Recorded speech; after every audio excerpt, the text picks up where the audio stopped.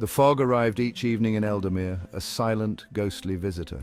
It curled around the village, smothering the cobblestone streets and the quaint cottages. Above the village, on a windswept cliff, stood the Eldermere Lighthouse, a lonely sentinel. It pierced the fog with its beam, a beacon of warning and a source of endless speculation. The villagers spoke of the lighthouse in hushed tones, their voices tinged with fear and respect. Years ago, the lighthouse keeper, Thomas, had vanished without a trace. A search party found the lighthouse eerily deserted, the keeper's log filled with frantic scribbles about shadows and whispers. Some whispered of a rogue wave claiming him during his duties. Others spoke of a curse, a malevolent force that haunted the lighthouse and the seas around it. The truth, however, remained elusive, lost in the fog and the passage of time.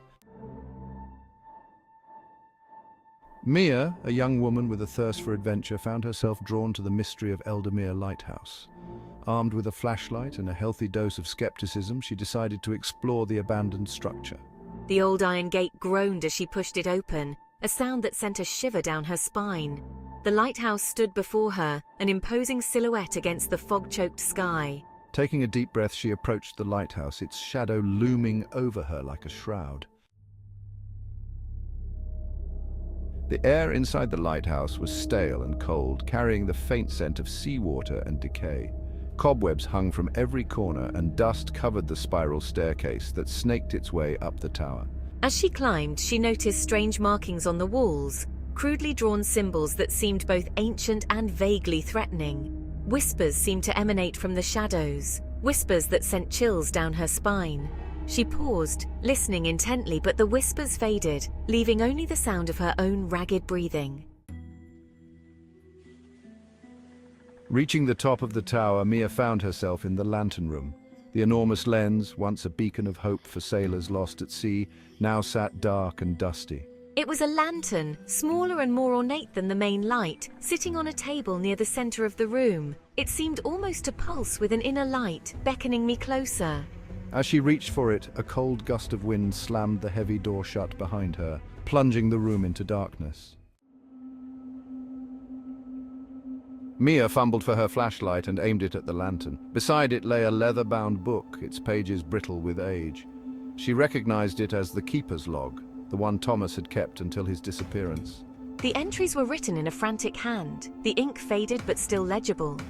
Thomas had written of strange occurrences, of shadows that moved in the periphery of his vision, and whispers that seemed to come from the walls themselves. His entries grew more and more erratic, his writing increasingly frantic.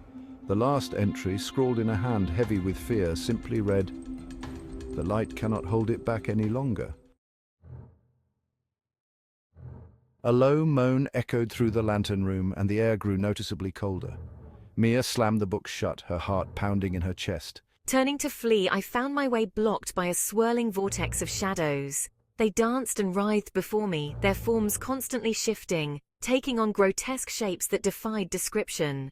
Fear, raw and primal, surged through her, threatening to overwhelm her.